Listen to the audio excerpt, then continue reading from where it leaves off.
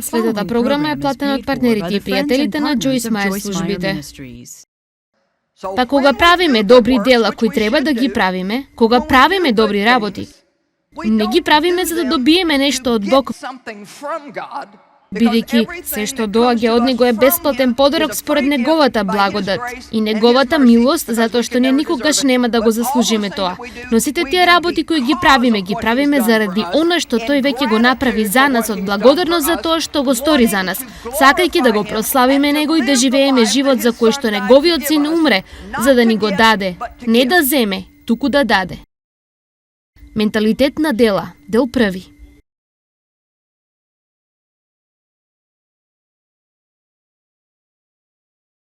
Вечерва сакам да зборувам за менталитет на извршување добри дела и колку мизерни не прави тоа, ако мислиме дека тоа што Бог го прави за нас или нашата врска со Бог е базирана на нашите дела. Како прво, дори нашите најдобри дела не се толку добри после се. Затоа што се што навистина треба да направиш, додека правиш нешто добро, дури и за неколку минути, се надеваш дека некој ќе те види и ќе добиеш малку заслуга. Тоа уништува се. Се што треба да направиш е да имаш само еден мал погрешен мотив. Па го правиш тоа. Ти сакаш да помогнеш некому, но всушност сакаш да добиеш нешто за тебе исто така. Па дури нашите најдобри добри дела се уште, да бидеме искрени, не се доволно свети и доволно праведни, за да бидат прифатливи за Бог, за некаков вид на плаќање за се што правиме погрешно, што потоа ќе ни донесе нешто да заслужиме од Бог. Се што Бог прави за нас, го прави заради тоа кој е Тој, не заради тоа што ние го правиме. Се што Бог прави за нас, го прави затоа што Тој е добар, не затоа што ние сме добри. Дали ме разбирате? Се што Бог прави за нас е затоа што Тој е добар, не затоа што ние сме добри. Ние имаме добрина во нас, но таа добрина е дар од Бог и ако ние сме добри, ако правиме нешто добро, тоа е само манифестација од Бог кој што работи во нашиот живот и пак не е по наша заслуга. Бог ја зема заслугата и славата за сите добра. Некои од учениците го нарекуваат Исус добар Господар и дури тој, зборувајќи од неговата човечка страна, рече: "Зошто ме нарекувате добар? Нема никој добар освен Бог." Па дури Исус, кога тој беше овде во човечко тело, тој не сметаше дека е добар. Сега, ние треба да имаме лошо мислење за себе си. Јас сакам да кажам дека сум се ништо, јас сум се во Христос, ништо во мене. И тоа е начинот на кој што треба да гледаме. Без Него не можеме ништо. Јас сум ништо без Него, но преку Него, нека се пази светот, ние можеме да правиме неверојатни работи преку Христос. Слушнав некако како еднаш кажи, ова навистина ми се допаѓа. Се уште ќе се види што се Бог може да направи преку маж или жена кои ќе му дадат сета слава. Сета слава. Па кога ние ќе направиме напор да правиме добри нешта или вршиме на било кој начин, јас не зборувам за делување, но зборувам само за нештата кои ги правиме. Сега сакам да го сватите ова. Ние треба да правиме добри работи. Библијата не учи да бидеме полни од добри дела. Не учи да бидеме досетливи, да бидеме благослов за други луѓе, особено за оние од фамилија на верата, црквата. Ние сме учени да го читаме и проучуваме Словото, учени сме да молиме, да поминуваме време со Бог. Сите тие работи се добри и треба да ги правиме сите тие работи, но кога ги правиме, сега слушайте, кога ги правиме сите тие работи, ние не ги правиме за Бог. Затоа што на Бог не му треба ништо. Не му помага на Бог кога јас ја читам Библијата. Ми помага мене кога ја читам Библијата. Па јас не морам да глумам дека ако станувам секој ден и читам 3 или 4 поглави од Библијата и поминувам половина час во молитва, дека му правам на Бог некоја голема услуга и добивам плюс на мојот небесен календар. И тоа ти дава право за повеќе исполнети молитви, поголема услуга и повеќе благослов. Затоа што Бог не бара да го прави тоа за него. Тоа е во ред. На мене ми треба тоа. Јас се молам затоа што треба да се молам. Кој не би сакал да се моли ако навистина свати дека има привилегијата да оди храбро до тронот на благодат и да го прашува милостивиот Бог, не само да ти ги прости гревовите, но да ти ја задоволи секоја потреба што ја имаш. Кој не би го сакал тоа?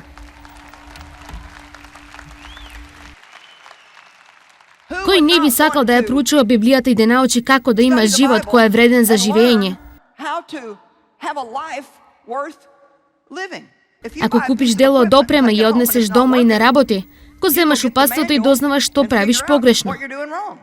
Знаете што? Ако животот не работи за вас, еве ви упатство и не ви треба многу време да дознаете што не е во ред. Ова е буквално операционото упатство за животот. Вака можеш да имаш живот кој е достоен за живење. Па сега сакам да се осигурам дека сите сваќаат што зборувам.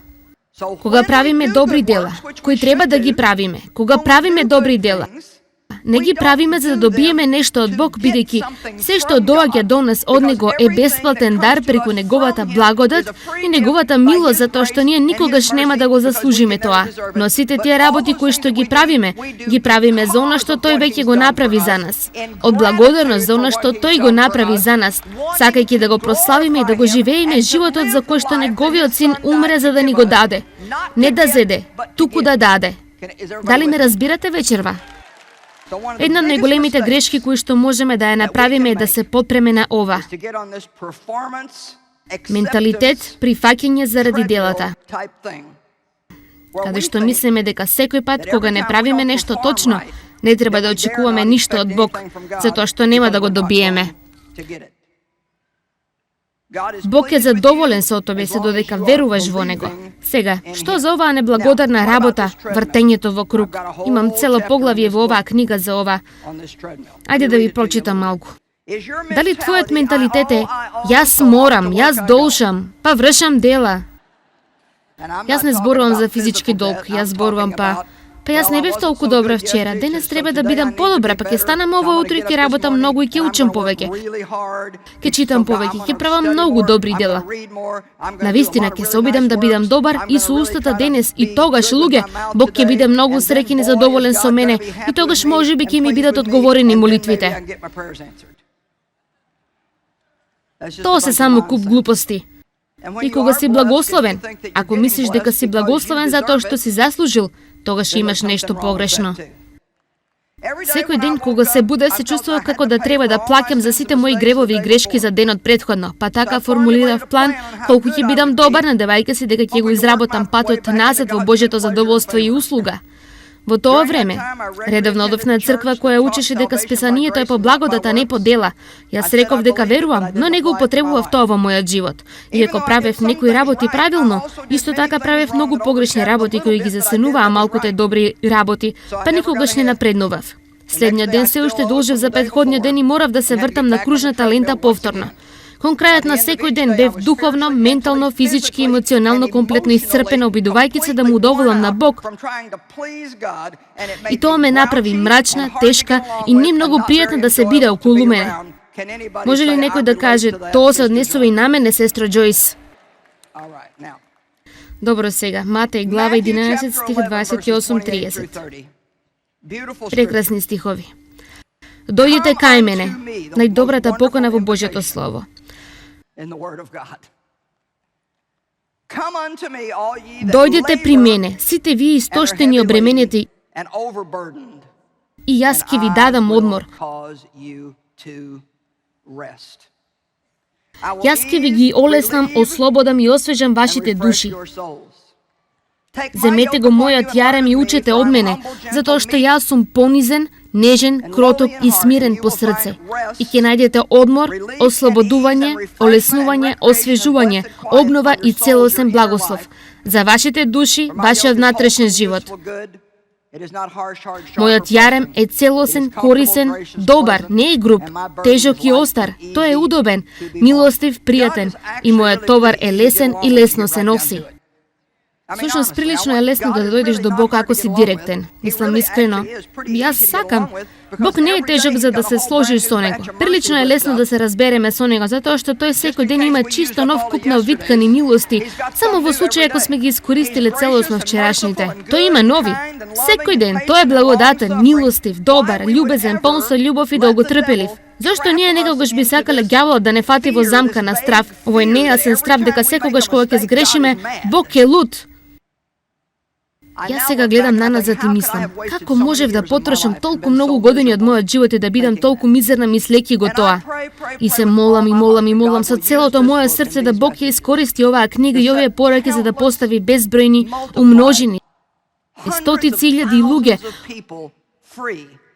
слободни од ова вртање во круг на неуспех, на вина, на осуда, ползајќи надвор и враќајќи се назад во кругот, правејќи го истото повторно и повторно и повторно. Сакам да се чувствувате удобно со Бог. Сакам да престанете да броите што сте направиле погрешно и да почнете да броите што сте направиле добро и едноставно да дојдете при Него. Амин.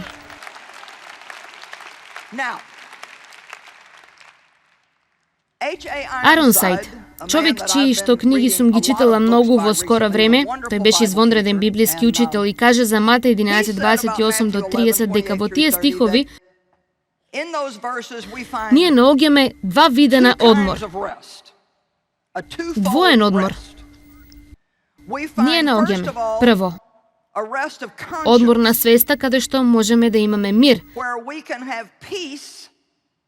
Дури кога сгрешиме, затоа што можеме да одиме до Бог, да се покаеме и знаеме дека ни е простено. Тој одмор на свеста е неверојатен, нели? Ви велам, нема полоша перница за лежење од перница на вина.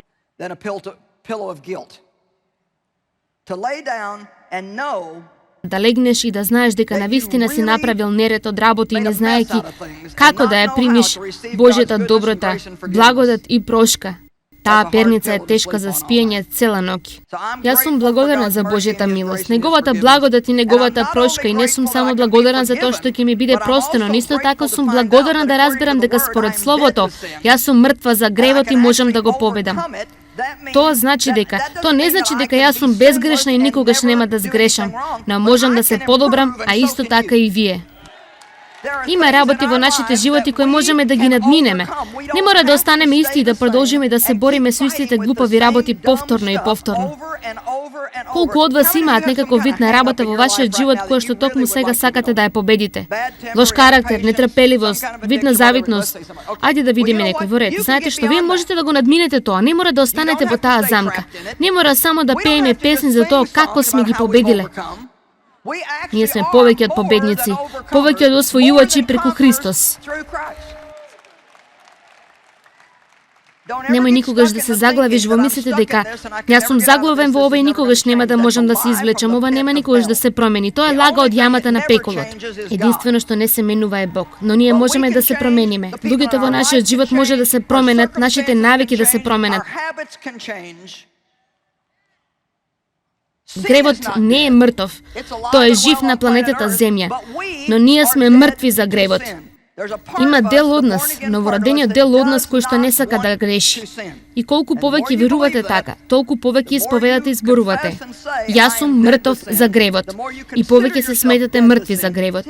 Видете, можам да се сетам кога се будев наутро и во страв станува затоа што веќе знаев дека ги имам сите овие области во мојот живот кои беа надвор од контрола.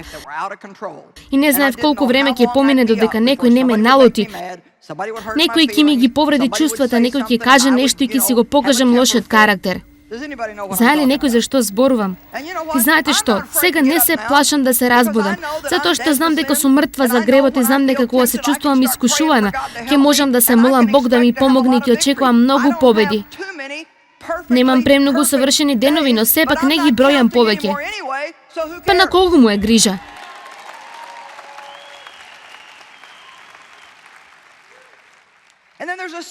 Исто така има и втор вид на одмор кој што ни се нуди во Матеј 11 и тоа е одморот кој што можеме да го најдеме.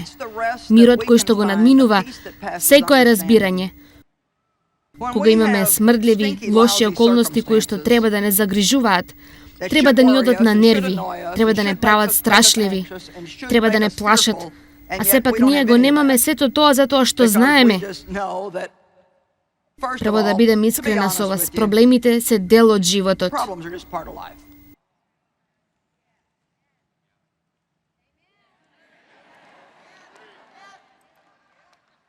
И нештата што ги правам да бидат толку лоши затоа што се грижиме, вознемируваме над нив, се секираме, мислиме премногу и се обидуваме да ги решиме. Ние само треба да го правиме она што Библијата вели, да ги правиме сите кризни поберувања, а потоа да му веруваме на Бог да се справи со тоа. Направи го она што можеш.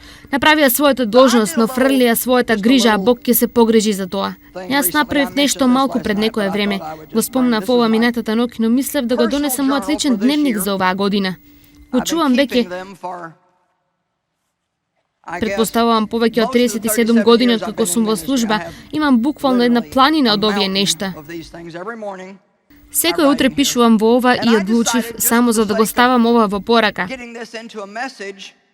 Дека ќе чувам архива за неколку недели само за работи кои што ми се случуваат, кои биле иритирачки, проблеми, притисоци, прекини, работи кои што не ги очекував. И ете што напишев на почетокот. Напишев: јас запишувам работи кои што ми се случија, не ги планирав, кои што ми ги прекинуваат плановите, мојот распоред и мојата цел. Одлучив уште пред да се впуштам во ова.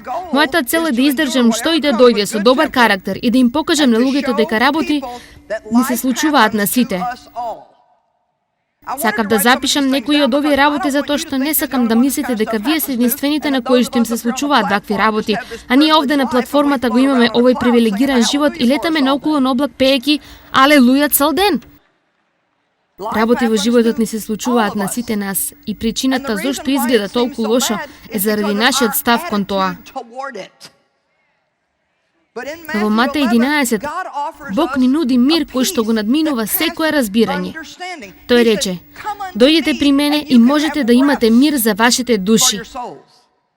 Ти треба да ја дадеш одмор на твојата душа.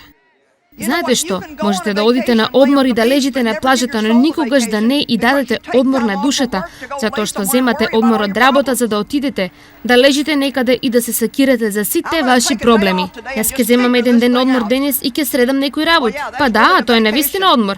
Ќе одиш назад на работа, поуморен дури ако не си го земал тоа слободно време. Амин. Значи треба да ја дадеме одмор на нашата душа. И знаете што? Јас сега ја управувам со многу помош. Навистина зборувам дека ја водам, но сега веќе не. Но очигледно имам многу одговорност за оваа светски распространета служба и го правам тоа одмарајќи се. Сега некои од вас ме гледате како: јас не зборувам за лежање некаде на плажа. Тоа не е вид на одмор за кој што зборувам. Зборувам дека мојата душа е на одмор. Знаете, можам искрено да кажам дека сум овде вечерва и сум исто толку слободна колку што можам да бидам. Мислам, немам никаква мисла на загриженост или грижа за она што мислите за мене. Затоа што кога дојдеме до тоа, што може да бидеш друго освен себе си? И кога ќе почнеме да се грижиме што сите други мислат и што ќе направат и што нема да направат, тогаш одеднаш го губиме нашиот мир. Но ако сме вкоренети и зацврстени во тоа кој сме во Христос и знаеме дека тој не љуби и дека не прифати, тогаш не треба да се грижиме премногу за тоа како другите чувствуваат или мислат за нас. Значи во 42 дена, затоа што го правев овие 6 недели, во 42 дена, 34 работи ми се случија. 42 дена, 34 работи. Тоа значи во 6 недели имав само неколку дена кои што одеа онака како што ги планирав. Сега ајде, сакам да ве поучам нешто овде вечерва. Колку од вас сакате да чуете за работите кои што ми се случија? Во ред како прво, првото нешто што ми се случи е дека си го повредив грбот во теретаната. Тогаш вода ми се историја до влажнувачот кој го користев и направив пена на масата. Скршив нокт, кој може би не ви звучи лошо, но беше лошо за мене. Го извртев зглобот. Заборавив куфери во авион. Сега, мојата мајка и мојата тетка се 89 и 86 години и моја одговорност е да се грижам за нив.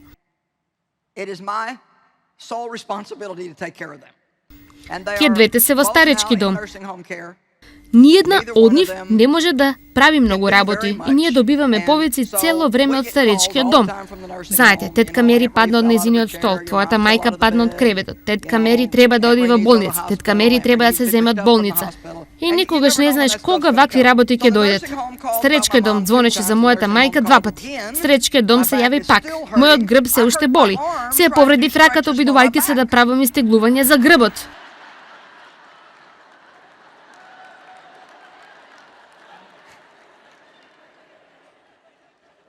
Историв црвен витамински пијалок на бел кауч. Дејв погоди прозорец на една жена со неговата голф топка на теренот.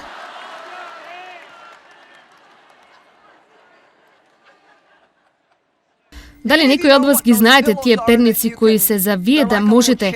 Тие се како мали столчиња. Можете да седете над нив и да се подпрете како во вашиот кревет или така нешто ако сакате да гледате телевизија. Па во ред, јас се обидев да користам една од тие и многу не се грижев за неа. А на Дејв му се допаѓаше и имаше на неговиот крај од креветот. Јас се разбудив во средината на ноќ и таа беше на неговиот крај. Изгледаше како во сенките. Изгледаше како Дејв да лежеше на неговиот крај со неговите раце вака. И јас почнав да зборувам. Дејв, што правиш? Што не е во ред со твојата рака? Дејв, пробуди се. Тогаш почнав да ја тресам и сватив дека разговарам со перницата. Дејв беше некаде на друго место, а ме остави со перницата. Јас требаше да потрошам некој денар кој што не го планирав за да сменам душек и кауч, а не планирав да ги сменам. Во ред, ете, се го заглавив прстот на ногата во моите гаки.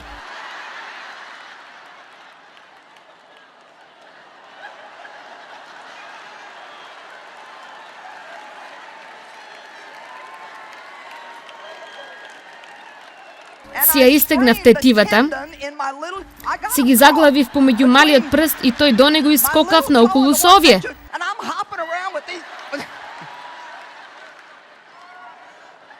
И прстот на ногата ми потомне и помодре. Беше неред. Неред. Во ред, работите се загреваат со мојата тетка. Требаше да ја кажам дека таа не може да вози повеќе. А тоа беше голем бум. Требаше да ја го сменам телевизорот на мајка ми. Требаше да ја кажам на тетка ми како таа требаше да се премести до центарот за грижа. И ете го најдоброто. Ако некогаш помислив дека навистина можам да се посрамам вака, тоа е следното. Бев во спа центар надвор од мојот град во еден убав хотел за грижа на лицето.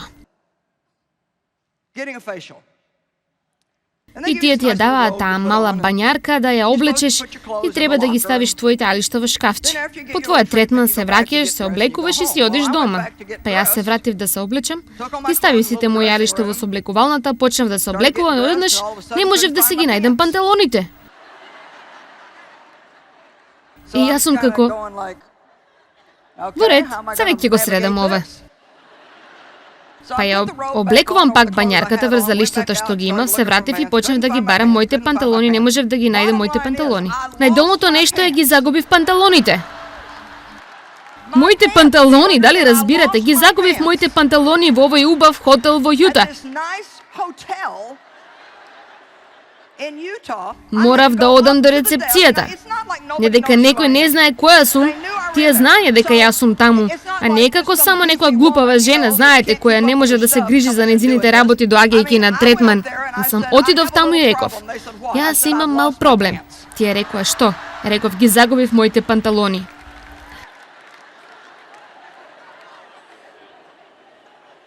Да скратам приказната, тие ми кажаа да одам до продавницата и ми подарија панталони. Откако се кажа и направи, јас бев целосно и доволно засрамена. Го имав овој убав пример за да го споделам со вас и тие ги пронајдоа моите панталони. Тие беа здиплени на бирото под книгата за состанец цело време. Некај го не сум ги ставила во шкафчето и некој ги зел и ги однесол до рецепцијата. Мојата мајка изгуби нови очила за кои што плативме $350. Таа не сакајќи ги фрлила во кантата. Водата ни беше исклучена 24 часа. Мојата тетка имаше болки во незините очи и мораше да оди на специјалист. Ситуација која што не очекува се случи на работа и секогаш знаеш дека тоа не е добро. Дейв мораше да има операција на грбот, тетка Мери мораше да оди во болница заради пнеумонија. Отидов во Индонезија, која што е многу далеку и многу часови летање. Нешто како, што беше тоа? 42 часа и 7 дена летав. Стигнав таму и за прв пат во 10 години во градот имаше поплава. И ние сме таму бидувајќи се да имаме конференции. Се вратив дома од Индонезија. Бев дома 3 часа. Добив повик дека требаше да ја земам тетка Мери од болница. Имав проблем со вработен кој што не го очекував. Веб страната беше падната 2 дена. Телефонот ми се исклучи на 1 ден. Се го удрив прстот во нагарката од каучот. Фала на Бог не беше прстот кој што го заглави во гаките. Па сваќате, нема ни да го завршам ова. Имам стомачен вирус овде и таму и таму. Сега, еве што е толку убаво за Матеј 11. Да бидам искрена, ако не го правев тоа со пишувањето со цел, немаше ништо од ова да запаметам. Немаше ни да ми биде во сеќавање. Немаше ни да можам да го извлечам од сеќавањето. Знаете зошто? Затоа што секоја мисла која што ми дојде, јас му верував на Бог и тој ми даде благодат за да се справам со тоа. Ти секогаш имаш благодатта да го правиш она што треба да го правиш во денот во кој што треба да го правиш.